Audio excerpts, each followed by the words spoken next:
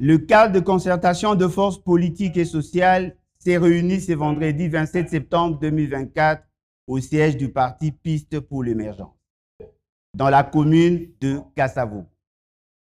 Ont pris part à cette rencontre le chef de partis politiques et des organisations de la société civile, ainsi que les personnalités indépendantes ayant souscrit à l'appel du 27 mai 2024.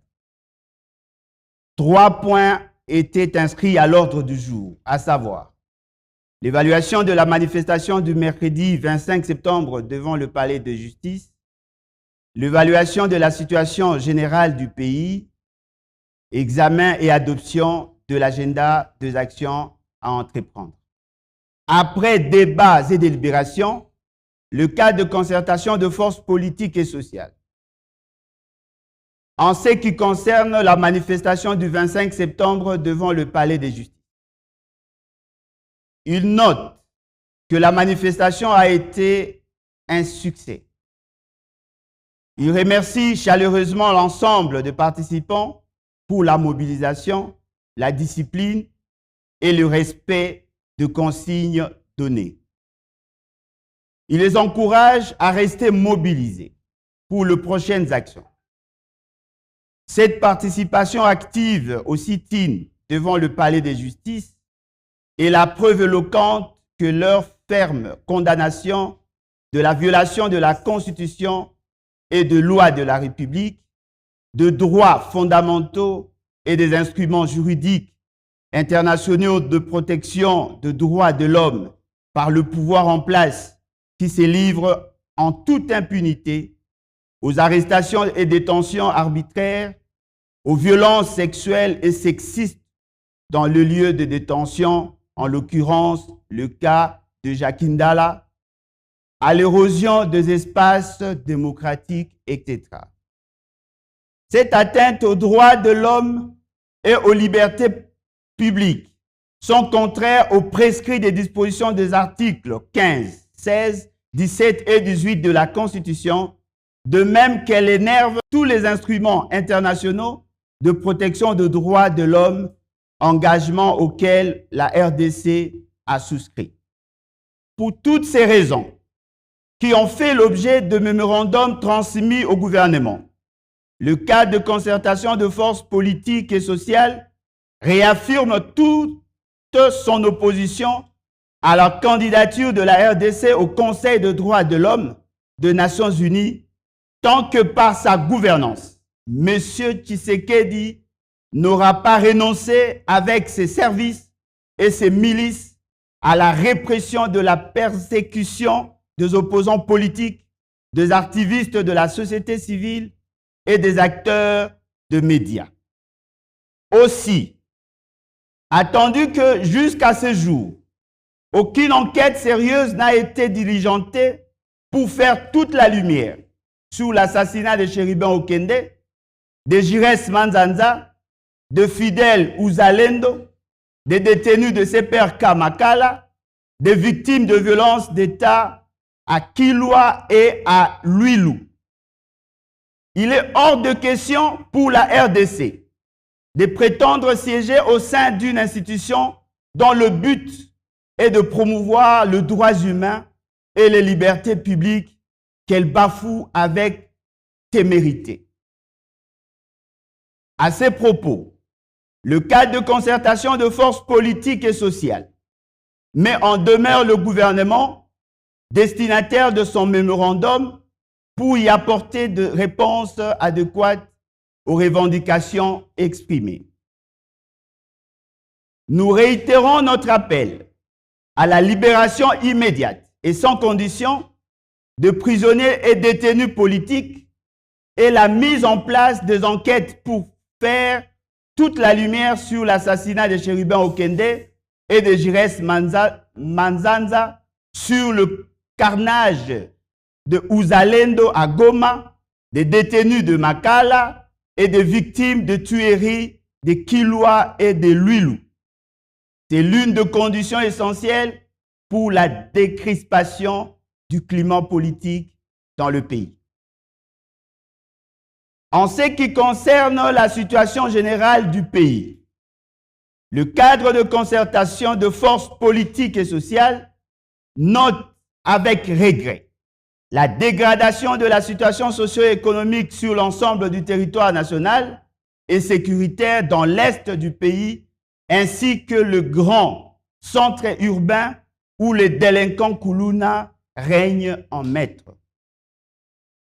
Il constate avec regret que 6 ans après son accession à la magistrature suprême et près d'1 an après le début de son deuxième et dernier mandat, irrévocable, non renouvelable, et 100 jours après l'entrée en fonction de son gouvernement, M. Tshisekedi et son administration ne parviennent toujours pas à redresser le pays.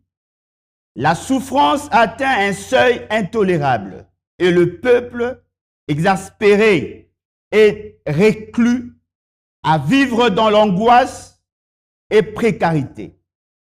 Sur le marché, le panier de la ménagère a cessé d'être une préoccupation pour le pouvoir qui laisse flamber le prix de biens de première nécessité, dont la farine de maïs, le pain, le poisson, le poulet, l'huile, la tomate, les piments, le sucre, le sel et autres denrées vitales. Le pouvoir d'achat s'est effondré et le gouvernement s'est mué en spectateur, incapable d'infléchir la situation en vue d'atténuer la crise économique et sociale qui frappe durement le ménage. Dans ces capharnaüm où la misère s'abat sur le foyer congolais, M. Tshisekedi est manifestement incapable de tenir ses promesses. Chaque jour, il en donne la preuve. Là où le peuple souffre, M. Tshisekedi est aux abonnés absents, mais toujours présent, tantôt dans les activités ludiques, tantôt dans le palace en Occident ou dans les Émirats. Son dernier discours à la tribune des Nations Unies était aussi plat que décousu. Il a le mérite d'avoir démasqué et démystifié un président complètement coupé de réalité de son pays et qui n'a plus de recettes à vendre ni aux Congolais ni au monde. Alors que son deuxième et dernier mandat court encore, M. Tshisekedi apparaît de plus en plus à ses jours comme un homme du passé et dépassé. En ce qui concerne l'agenda des actions à entreprendre, le cadre de concertation de forces politiques et sociales observe avec étonnement le laxisme de partenaires extérieurs de la RDC face aux dérives du régime de Tshisekedi et les invite à changer de cap. Ces mutismes inexplicables est perçu par l'opinion comme une caution à la dictature de M. Tshisekedi qui s'en vante du reste.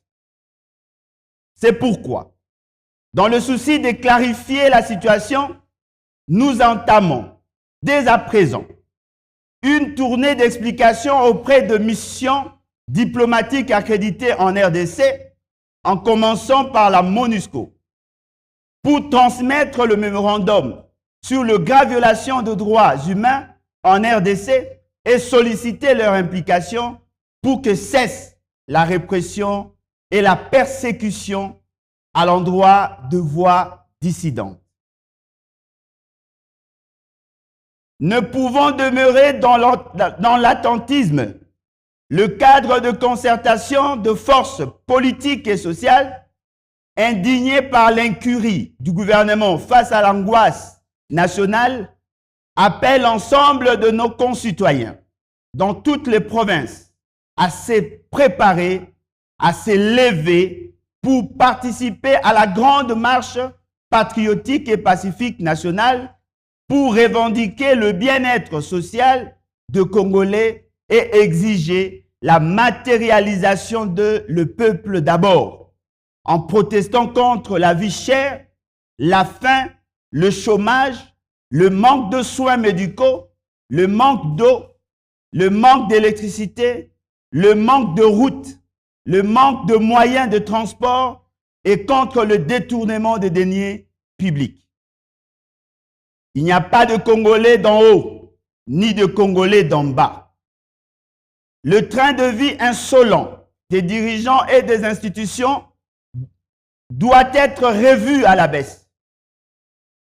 La solde de militaires et policiers, ainsi que le salaire de fonctionnaires, des enseignants, de médecins, infirmiers et toutes catégories socio-professionnelles confondues doivent être majorés et indexés au coût de la vie.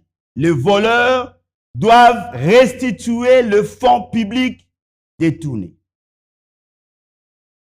Les ressources nationales doivent être équitablement réparties. C'est l'une des conditions essentielles pour la décrispation du climat social dans le pays. À cet égard, le cadre de concertation de forces politiques et sociales se réserve le droit, le moment venu, d'approcher toutes les forces vives en vue d'une marche pacifique concertée.